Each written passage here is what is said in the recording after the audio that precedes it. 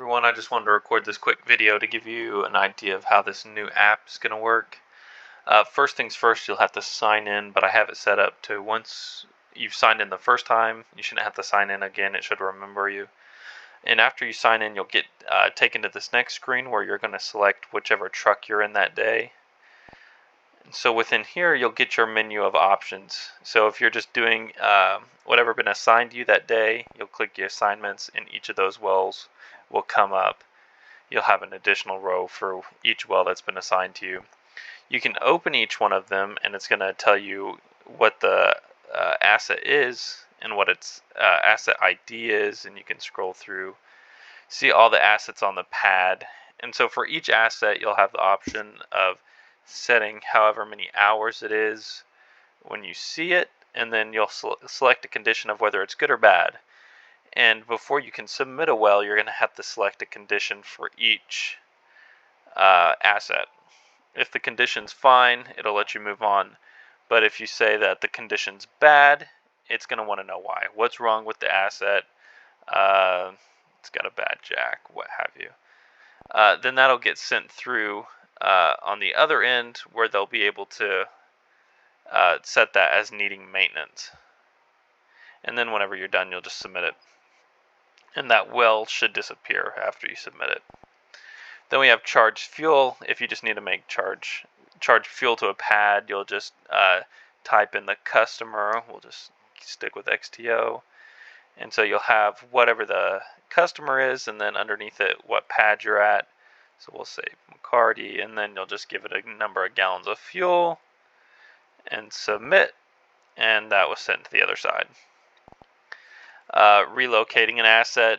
So where are you taking the customer, or what customer are you taking the asset to? So we're going to say we're taking it to Devon's Burton Flats well. So then the status, you have two options. Is it on rent or is it staged? And then what's the asset? So we'll say trailer. And so here you'll have what the asset is and then what the record number is underneath it. Boom. What hours is it at the moment you're doing this? Boom, and that's sent across. And then finally, for the maintenance guys, you'll be able to open the asset maintenance, and it'll give you a list of every well and things that need fixed on it. So it's automatically going to keep track of the hours, and on Kale's side, it has set the interval for when a piece of equipment needs serviced. So those will automatically show up here for you when the hour limit's exceeded and it needs serviced again. Otherwise, there's the option for specific comments to be sent through to you, and you'll be able to see what exactly is broken. You can fix it, submit it, and that'll be sent across to the other side.